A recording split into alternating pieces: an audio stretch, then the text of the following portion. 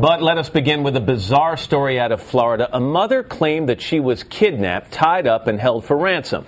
But now police believe it was all a scheme. That woman's lawyers are with us exclusively. We'll talk to them in a moment. But first, NBC's Peter Alexander has the details on the story. Peter, good morning. Matt, good morning to you. Even the sheriff in Florida says this case reads like a novel with allegations of sex, lies, and extortion. A beautiful mother of two claiming she was kidnapped by gunmen and held for days against her will. Her family was rightfully terrified.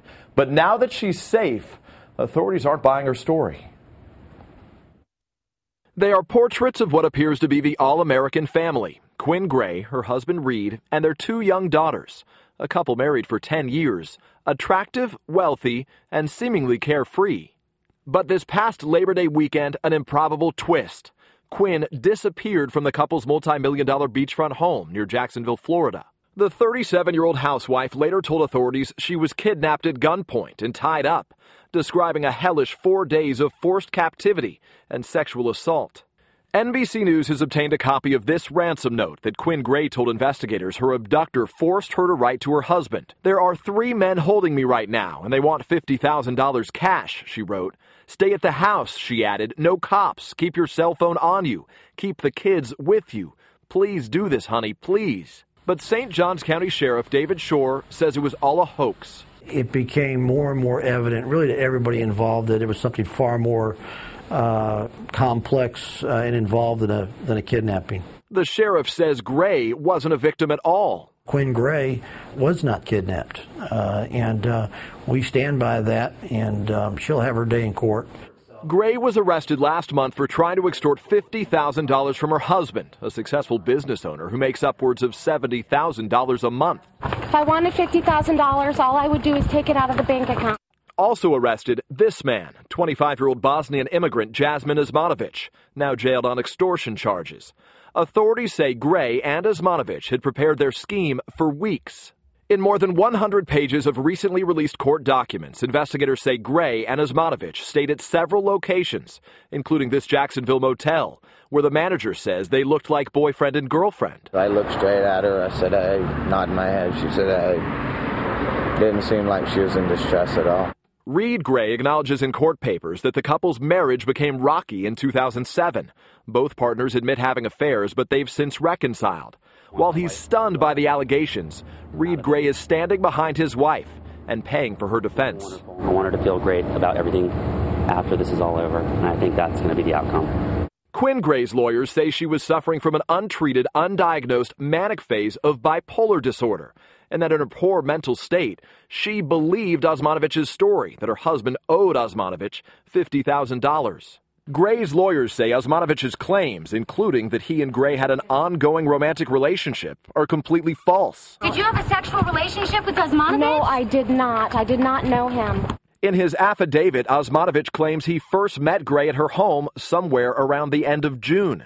Gray's lawyers say that's not possible because at the time, she was in alcohol rehab in Minnesota.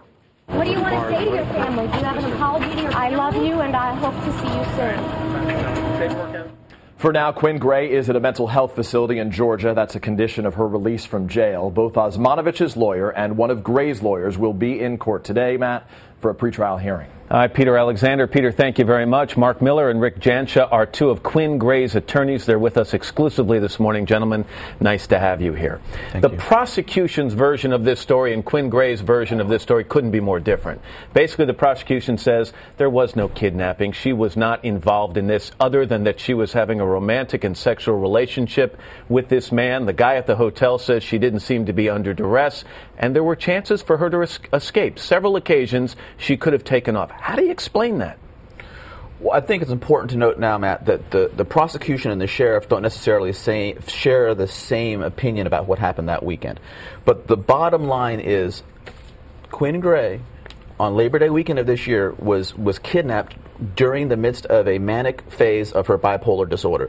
Her reaction to the kidnapping, it may seem bizarre, but it's all explained by her mental illness. Does it also explain another piece of evidence that could become an important piece of evidence? There's an audio tape, and that audio tape apparently has a recording of sexual relations between these two people, Mr. Osmanovic and Quinn.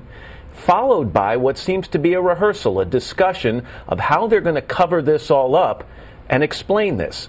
Can you tell me about that tape?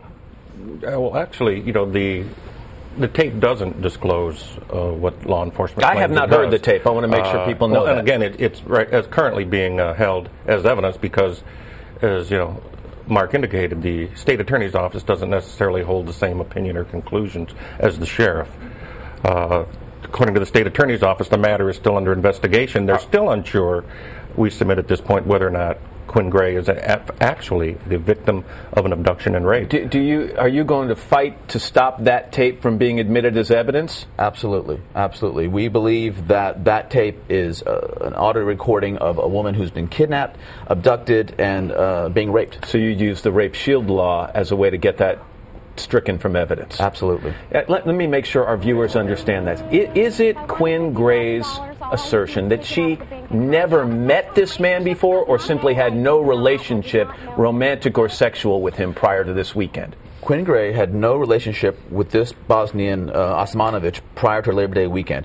He came by on 2 occasions prior to that weekend under the guise of misdelivering a package, and then he came back a few days later. So he was at their house on 2 occasions. He brought a package, and then a few days later came back saying it was a package that was misdelivered. That's how we believe he targeted her. So you think that he was casing the place or targeting her, and I would imagine the prosecution might say that's a way to cover 2 prior visits to her house by this man. But what's more telling is on the second visit, when he came back to retrieve this package, Quinn actually called Reed and said, "You remember that package that was misdelivered?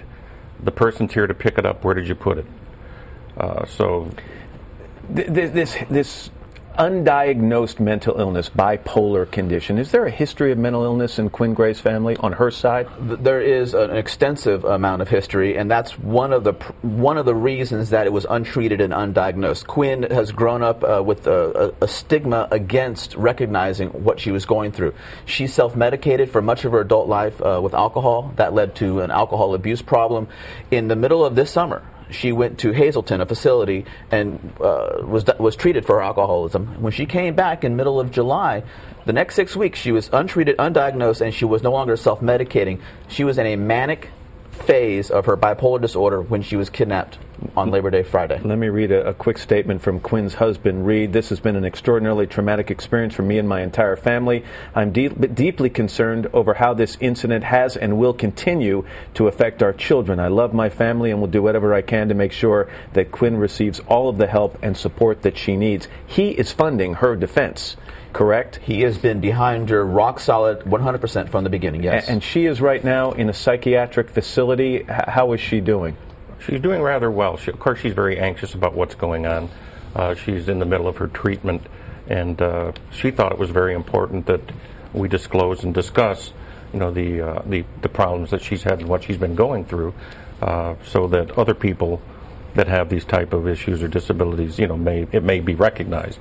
What's telling is Quinn Gray may not have reacted the way you or I would react or someone else would have reacted, but she's alive today, and so however she did react, it was the appropriate thing she did at the time. Lots of twists and turns and more to come in this. It is stunning that the sheriff is coming out and saying that he still believes it's a kidnapping.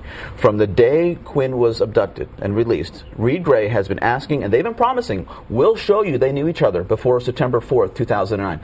8 weeks have passed. Not one email, not one text message, not one cell phone record. They've done the computer searches. There is nothing that supports their contention that it's a faked kidnapping. Guys, thank you for being here. We're going to follow this story closely. All right, thank you for having us.